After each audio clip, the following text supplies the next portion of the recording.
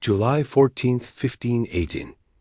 A woman steps into the cobblestone streets of Strasbourg, France, and begins to dance. No music, no celebration, just dancing. Her husband begs her to stop, but she can't. She dances for 6 days straight, until her feet bleed through her shoes. Then others joined her. Within a week, 30 people were dancing. Within a month, 400. They danced in the blazing summer heat, their bodies drenched in sweat, arms thrashing, eyes vacant and glassy. Blood pooled in their swollen feet. They cried out for help, but couldn't stop moving. This wasn't a party. This was the dancing plague of 1518, and it's completely real. The city council was terrified. They consulted doctors who diagnosed it as hot blood that needed to be sweated out, so they did something insane. They built stages. They hired musicians. They brought in professional dancers to encourage them. They made them dance more. But that only made it worse. More people joined. The dancing became more violent, more frenzied. Contemporary records describe spasmodic convulsions, foaming at the mouth, bodies collapsing from exhaustion, only to wake up and start dancing again. Some died from heart attacks, others from strokes. Historical accounts claim up to 15 people died every single day at the peak of the outbreak. But here's what makes this even more disturbing. This wasn't an isolated incident. Similar dancing plagues had been breaking out across Europe for centuries.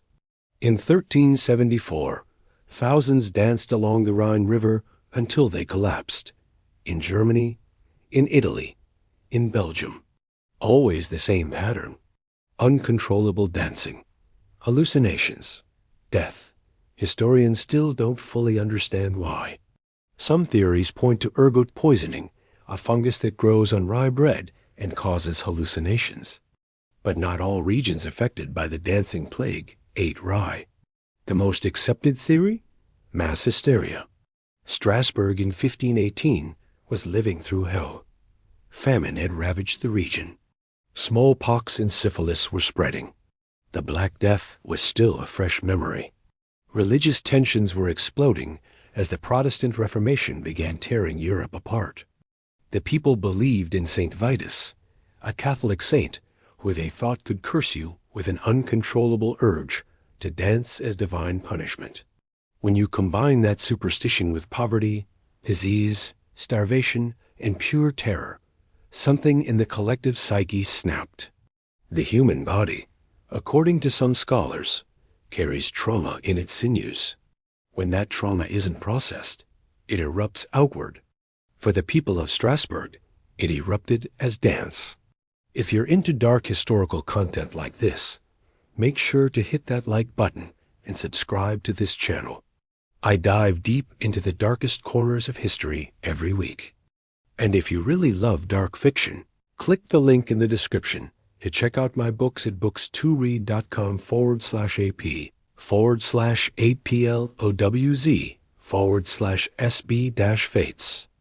I write horror and dark fiction anthologies under my pen name, SB Fates. The dancing finally stopped in September 1518. The victims were taken to a mountaintop shrine to pray for absolution. The mania lifted as mysteriously as it had begun. But this phenomenon hasn't disappeared. Mass psychogenic illness still happens today. In 2022, in Tapachula, Mexico, one girl fainted at a middle school. By the end of the day, a dozen classmates had fainted. Within weeks, 227 children across multiple schools experienced the same mysterious symptoms: headaches, nausea, fainting spells.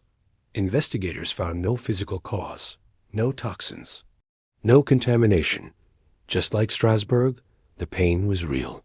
But the source was invisible, stress-induced, contagious through the mind, not the body. The dancing plague of 1518 is documented in physician notes, cathedral sermons, and official city council records. It happened. But what it reveals about human nature is more disturbing than any ghost story. When pushed to the breaking point, Our minds can turn our bodies into prisons. And sometimes the only way out is to dance until you drop.